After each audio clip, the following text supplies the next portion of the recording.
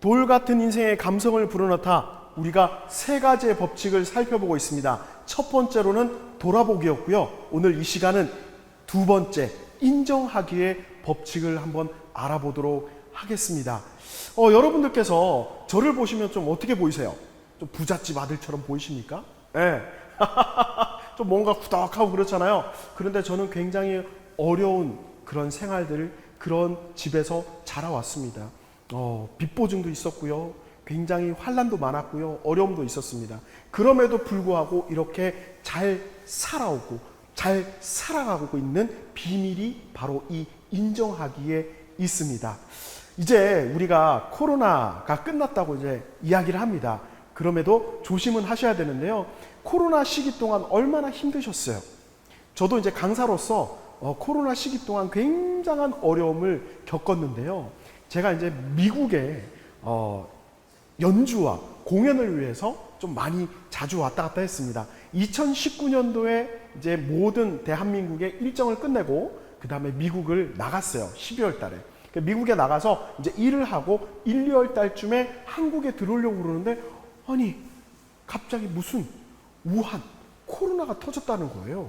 그래서 이게 무슨 일이야? 어떻게 된 일이야? 저는 이제 그때만 해도 강의가 굉장히 많이 잡혀 있었어요. 2020년도에 강의가 뭐 한 번, 두 번 잡혀 있는 게 아니라 통으로 10회차, 20회차가 1년 동안 잡혀 있었습니다. 그래서 나 이제 진짜 열심히 강의할 수 있어. 나 이제 조금 소통 전문가로 세상의 이름 좀 알리나? 그런 시기였습니다. 그런데 제가 이제 강의를 위해서 2월 달에 비행기를 타고 대한민국으로 들어왔습니다. 들어오자마자 무슨 일이 터져요? 웬만하면 지칭하고 싶지 않지만 신천지 사건이 터집니다. 신천지에 그 코로나가 터지면서 갑자기 팬데믹이 폭풍과 같이 쓰나미와 같이 덮친 거예요. 그러면서 모이지 말아야 되는 상황이 되고 그러면서 우리가 사람을 만날 수 없고 그러면서 우리가 밖으로 나갈 수 없는 상황이 되어버렸습니다. 저 또한 깝깝하죠. 사실은 뭐 말이 좋아 프리랜서죠. 말이 좋아 강사죠. 일이 없으면 말 그대로 백수가 됩니다. 백수. 전화가 오는 거예요. 그 사건 이후에 전화가 옵니다. 강사님 어떡하죠? 우리 모일 수가 없을 것 같아요. 강의를 진행할 수 없을 것 같아요. 좋은 기회를 한번 보시죠. 이렇게 취소 문자가 취소 전화가 오기 시작을 합니다. 그리고 또 전화가 와요. 강사님 이번에는 안 될 것 같아요. 강사님 다음 기회를 보시죠. 강사님 이젠 전화 받는 게 너무 두려운 거야. 그러한 상황이 됐어요. 그런데 그나마 그래도 제가 그 전에 일을 열심히 해놔서 한 1년 정도는 버틸 수 있는 여유가 있었습니다. 하지만 이렇게 열심히 활동하는 사람이, 이렇게 열심히 사람을 만나는 사람이, 강의를 하는 사람이 일을 할 수 없으니까 얼마나 힘들고 답답하겠어요. 집에만 있는데 마치 제가 살아있는 것 같지 않아? 죽어있는 것 같아요. 삶이 재미가 없어요. 기쁨이 없어요. 행복함이 없어요. 어떻게 해야 될까? 곰곰이 생각을 하다가 일을 하기 시작했습니다. 어떤 일을 했는가 하니 고객님 어서 오세요. 차량 안에 차 키 두고 내리시면 제가 멋지게 주차해 드리겠습니다. 식사 맛있게 하시고 내려오시면 차 번호만 말씀해 주세요. 발렛일을 하기 시작했습니다. 그리고 저녁 때가 되면 고객님 어디까지 가시죠? 제가 멋지게 안전하게 모셔다 드리겠습니다. 대리운전을 하기 시작을 했습니다. 굉장히 힘들었죠. 그런데 생각해 보세요. 제가 이렇게 강의를 하는 사람이에요. 많이 만날 때는 1000명, 2000명을 함께 만나면서 강의를 했습니다. 그런 사람이 발렛일을 해요. 왜 했을까요? 하나입니다. 살기 위해서 했어요. 살기 위해서. 그런데 그 일을 하기 위해서는 뭐가 필요할까요? 받아들이는 게 필요해요. 이 상황을 인정하는 게 필요하다는 거죠. 그렇게 인정을 하고 받아들였습니다.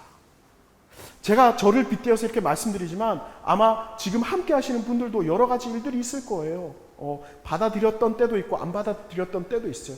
근데 참 생각을 하시면 받아들였을 때 마음이 더 편해지고 마음에 새로운 것들을 할 수 있는 힘과 에너지가 생기기 시작을 해요.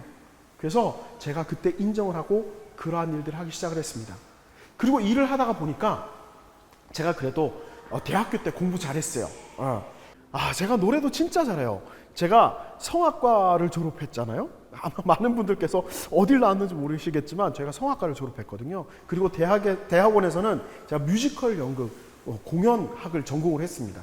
그래서 노래도 굉장히 잘하는데 제가 대학에 들어가면서 이 노래하는 것 때문에 굉장히 어려움이 많았어요. 왜냐하면 한 소절 조금 불러드릴까요?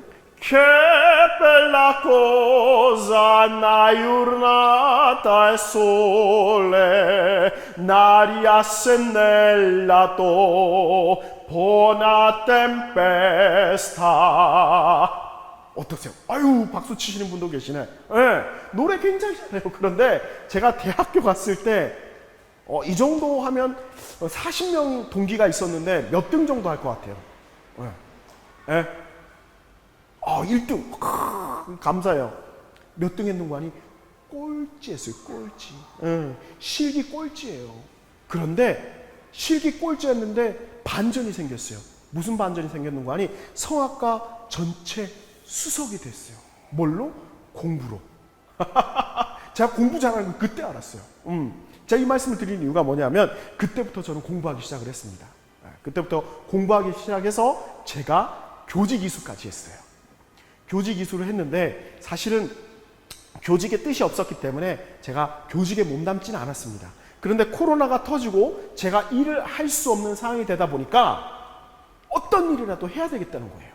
그래서 그때 제가 발렛 일을 하고 대리운전을 하다가 어떠한 공고문을 하나 봤어요. 공고문을 보니까 제주 중고등학교에서 뮤지컬 연극 강사를 뽑는 거예요. 뭐 설마 되겠어? 그리고 제가 원서를 냈죠. 덜컥 붙어버렸네.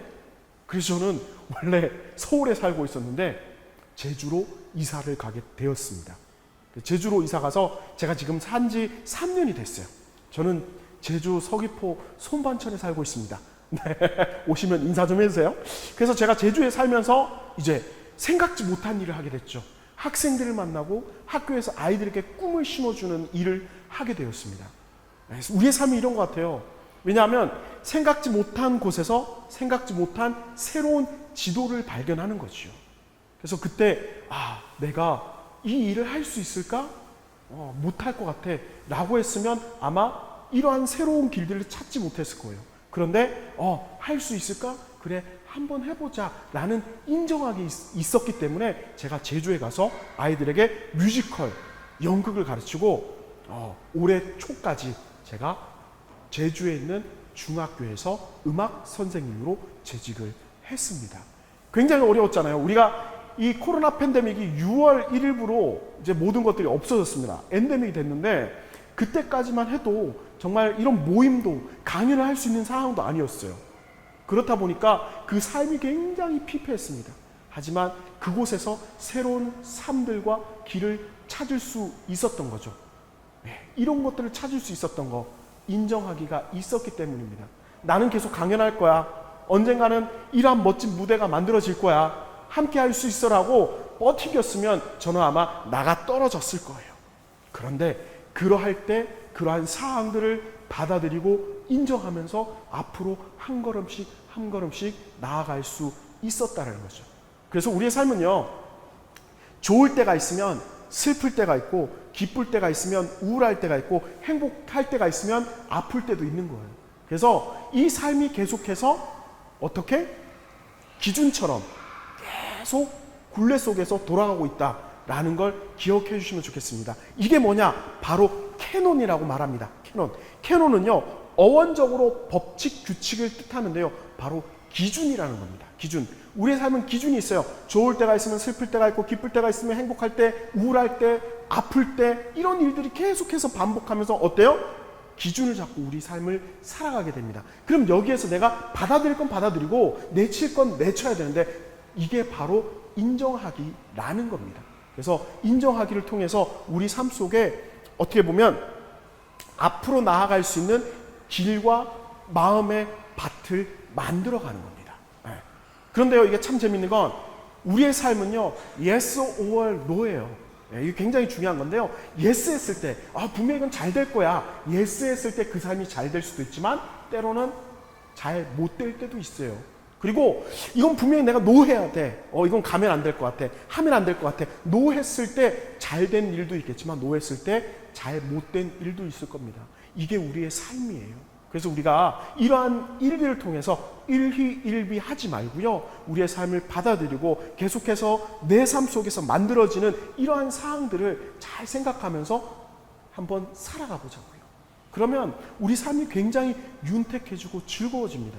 그리고 내가 인정하면서 받아들일 건 받아들이고 비워낼 건 비워내면서 비워낸 자리를 또 새로운 것들로 채울 수 있다는 것이죠. 이러한 글이 있습니다. 반대, 고독, 실패, 아픔이라는 부정적인 단어가 있어요. 그런데 참 재밌는 건 반대가 있었기에 나는 더욱 강한 의지를 발휘했고, 고독이 있었기에 나는 더욱 일에 몰두하게 되었고, 실패가 있었기에 나는 멋진 지혜를 떠올렸고, 아픔이 있었기에 나의 가슴은 뜨겁게 타오를 수 있었다라는 어느 위인의 숭고한 고백인데, 이 영상을 함께 하시는 우리 시민분들의 고백이기도 하고 제 고백이기도 합니다. 제가 앞전에 말씀드렸잖아요. 어려운 일들이 굉장히 많았습니다.